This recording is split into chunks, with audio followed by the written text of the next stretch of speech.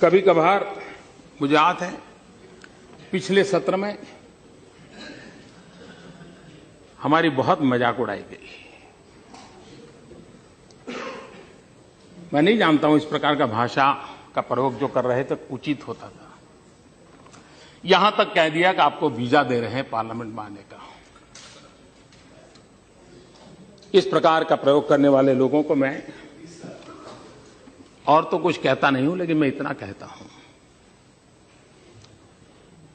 अंतर्राष्ट्रीय स्थानों पर कुछ काम निर्धारित होते हैं जिसको करने पड़ते हैं। उन मीटिंगों में पहले के प्रधानमंत्रियों को भी जाना पड़ता था, इस प्रधानमंत्री को जाना पड़ता है और भविष्य में जो आएगा उसको भी जाना पड़ेगा। लेकिन वही एक मजाक का विषय बन जाए कि हमारी राजनीति इतनी नीचे आ गई है कि हम कोई ऐसी बातों की चर्चा कर रहे हैं कि आपके पास मेरी आलोचना करने के लिए और कोई मुद्दे नहीं बचे। लेकिन मैं कहना चाहता हूं, अगर आपको देश की इतनी चिंता थी तो आप इस देश का प्रधानमंत्री विदेश गया तो कितना समय कहां बिताया, कभी उसकी भी तो जांच कर लेते, कभी उसकी भी तो इंक्वायरी कर लेते। मैं आज कहना चाहता हूं जी, मैं जापान गया तो जापान मेरे कार्यक्रम में मैंने एक कार्यक्रम क्या जोड़ा, मैं वहां एक नोबेल लॉरिएट साइंटिस्ट याकामाहा को मिलने गया। क्यों? फोटो निकलवाने के लिए।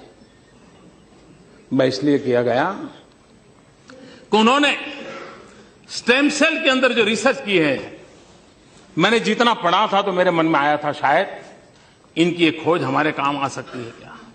क्योंकि मैं जानता हूं मेरे देश के आदिवासी, उन आदिवासियों को परंपरागत रूप से सिकल सेल की भयंकर बीमारी से जूझना पड़ रहा है, और सिकल सेल की बीमारी कैंसर से भी भयंकर होती है। जिन्होंने सिकल सेल की बीमारी वालों के विषय में पूछा है तो पता चलेगा ये कितनी पीड़ादायक होती है और पीढ़ी दर पीढ़ी चलती है। अभी तक उसकी कोई दवाई नहीं मिली है। एक आशा लगी है कि स्टेम सेल के द्वारा सिकल सेल की बीमारी से मुक्ति हो जाए। हम गए तो वहां गए, उनसे चर्चा की, और बेंगलोर के हमारे साइंस इंस्टीट्यूट के साथ आज उस दिशा में हमारा काम हो रहा है कि स्टेम सेल्स के द्वारा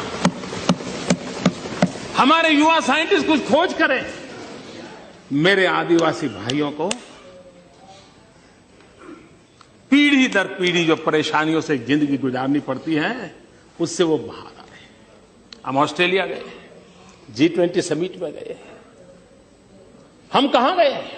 मैं उस किसानों के साइंटिस्ट, एग्रीकल्चर साइंटिस्टों को मिलने गया, उनके लैब में गया जिन्होंने प्रति हेक्टर ज्यादा चना उगाने का और सबसे खराब धरती पर चना उगाने का सफल प्रयोग किया था, रिसर्च किया था। कहीं पढ़ा था मैंने, मेरे मन में पढ़ा था, मैं उनके पास गया।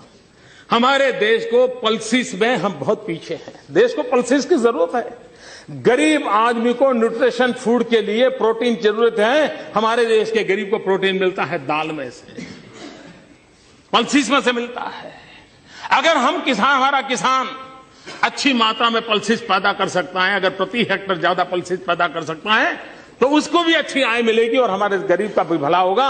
और इसलिए मैं उन साइंटिस्ट को पास जाकर के घंटे बिताए ये समझने के लिए कि बताइए मेरे देश के किसानों को ज्यादा पल्सिस पैदा करने के लिए क्या रास्ता हो सकता है, ज्यादा चना पैदा करने के लिए क्या रास्ता हो सकता है, अरहर पैदा करने के लिए क्या रास्ता हो सकता है, उसके लिए मैंने समय बिताया।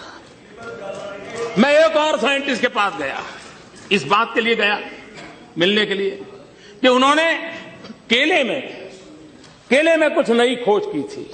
मैं समझना चाहता, मुझे पूरा पता नहीं था, तो मैं ऐसे ही चला गया उनके पास, उनके साथ बैठा, उनकी लैब देखी, उनके प्रयोग देखे। उन्होंने केले में न्यूट्रिशन वैल्यू बढ़ाने में बहुत सफलता पाई है, अधिक विटामिन को पाने की सफलता पाई है। केला ये अमीरों का फल नहीं है मेरे भाइयों बहनों, केला एक गरीब से गरीब का फल होता है। अगर केला उसमें न्यूट्रिशन वैल्यू बढ़ता है, विटामिन अगर ज्यादा अच्छे मिलते हैं और इस प्रकार की खोज के साथ केला बनता है तो मेरे देश का गरीब से गरीब व्यक्ति केला खाएगा, उसको ज्यादा ताकत मिलेगी। अगर विदेश जाते हैं तो इस काम के लिए जाते हैं। देश का गरीब हमारे दिमाग में होता है। देश का आदिवासी हमारे दिमाग में होता है, देश का किसान हमारे दिमाग में होता है, और दुनिया में जो भी अच्छा है, जो मेरे देश के गरीबों के काम आए, उसको लाने की एक तड़प होती है। उस तड़प के लिए हम कोशिश करते हैं, और इसलिए समय का सदुपयोग करते हुए हम किस प्रकार से हमारे देश को आगे ले जाएं, उसके लिए सोचते हैं, उसी को लिए करते रहते हैं, उसी पर हम करने के लिए कोशिश प्रयास करते हैं।